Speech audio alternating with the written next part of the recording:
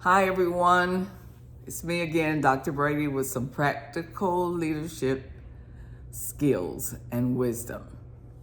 So, the last time we talked about why good leaders get overwhelmed, and we talked about systems that may fail you as a leader that can easily overwhelm you. So, along that same vein, we're going to talk about leadership exhaustion. As leaders, we often get exhausted by so many things because there's so many people who pull on us, whether it's the team that you're leading, whether it's professional partnerships that you have, it could be your family. So when you're leading and you go home, it doesn't stop. Someone is always expecting something from you, or at least a certain level of high character, I would say. So sometimes we are not really fair to leaders because some people think leaders can't fail. We fail all the time. But it's in knowing, hey, I didn't do that quite right. I need to make it right. Or I can do this better. So leaders, we do a lot of reflecting, right? Every single day. And for me, every day, all day, I'm thinking it could be a phone call, it could be a Zoom meeting, it could be an email. I'm constantly reflecting, making sure, and this is part of the mental exhaustion, is that you're gonna always want to make sure that that email went over the right way or that phone call went in the right direction. And a lot of times it will save us, if, especially if it's something written, if we would have a trusted friend or critical friend or colleague to just read over it and just say, tell me what you think. Do you think I was in my feelings about it? Do you think I was a little bit too harsh? I was listening to a preacher this morning, and one of the things that he said his mother always taught them was to add a little sweetener to your words, because you may have to go back and eat those words. So that's some good wisdom to live by. So we're always reflecting on, did I say it right? Did I put it in writing the right way? So we get exhausted, like mentally exhausted, emotionally exhausted, and it can weigh you down. So when purpose meets fatigue, what happens? For most of us, we feel like we're really out of balance, that we can't really meet our purpose if we're always so fatigued. And so we have to make sure that we are not saying we're failing as a leader. We just need to take a pause. And taking a pause doesn't mean that you're going to stop doing what you're supposed to be doing. It just means that I need to take a pause. Have that trusted friend that you can talk to. Have, a colleague that you can sit down and talk to. I firmly believe that if we would structure our leadership teams correctly, those could be the most fruitful conversations where you sit down and you're transparent. Even if it's within your family, you sit down with your tribe of friends or whomever, and you just honestly say, hey guys, I don't know about you all, but I am so exhausted and I need some help. I need some suggestions on how I can do things differently so that I'm not so tired.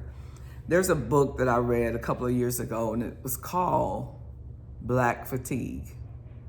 And now I'm not going to really tell you what the book was about, but from the title, you can just about guess what it was about. But I had gotten to the point that I was really, really tired of explaining why we, people of my ethnicity, why we get exhausted so much from having to explain ourselves and people misunderstanding. And it could be in any racial group.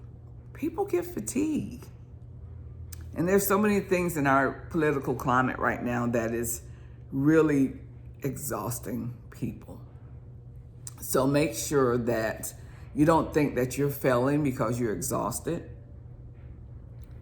Make sure that you are using wisdom in how you replenish. A big part of that, and I know some of you are introverted, or some of you have on a Superman or Superwoman cape and you feel like, I've got this, I can do it by myself. You cannot. And I'll tell you this, I probably have said it before already. When I first became a principal back in 2006, I thought I could do everything, any and everything. I thought it was my school, and not in my school, like my name was on the school, but everything was on my shoulders. And so when I went home for Christmas break, I was like, I'm done. I can't do this anymore. And I remember talking to, I have the best friends, y'all. I have the best friends. But I remember talking to my closest friends and saying, you know what, I just can't do this. I'm so exhausted. You know, people are not listening, people are not doing. And my friends almost collectively said to me, you're not a quitter. That's not your school. That belongs to all of you. And I had to really, really like bear down during Christmas break and make myself go back. And I went back with a vengeance. I mean, teamwork was my new theme. And I said to the people transparently, I made the mistake of thinking I could run this school by myself. And I said to them so honestly, I'm so exhausted. How are we gonna make this better for us, for our kids?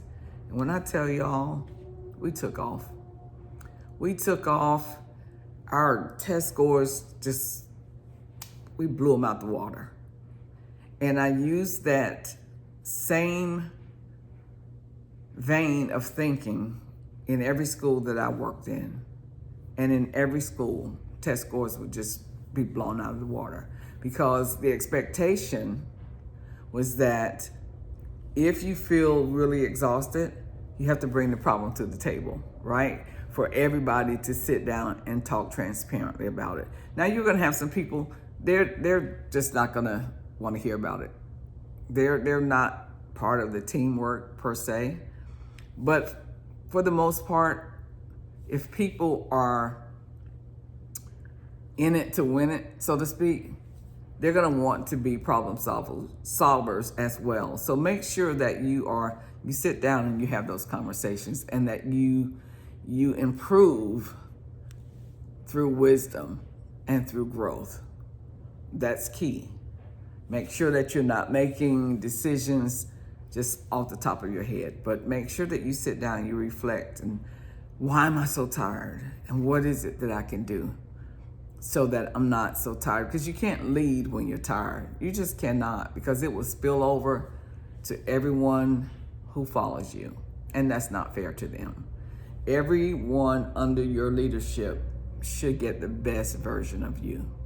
And the way to get the best version of you is that you're not so exhausted. So I could go on and on and on. You know, people say you can't pour from an empty cup, which is true. You cannot. You can't even love other people until you love yourselves. You can't be kind to others until you're kind to yourself. Kindness is a superpower. So just think about all of those things that we want to give other people. We must give them to ourselves first as leaders. So think about that. Don't think that you have to prove yourself as a superhuman being. You're a human being. You have faults. You fail. All of that. And it can be exhausting. So when you feel that way, take a pause. Don't stop. Just take a pause. Have some conversations with some people. And let me tell you this, leaders, this is one of the reasons that really wears us out. We don't have conversations with people who are not pulling their weight. And when we don't have those conversations, it adds to an already exhausted leader. So make sure that you praise often, but you also have to make sure you're correcting with care so that you're not so tired and so that the people that you lead, because trust me, after a while, if you don't confront those people, they're going to get tired of you. Your followers, they're going to be like, we're tired of you because you don't do what you're supposed to do. So do what you need to do. Until next time, have yourself a beautiful afternoon, and thanks for joining me. See you soon.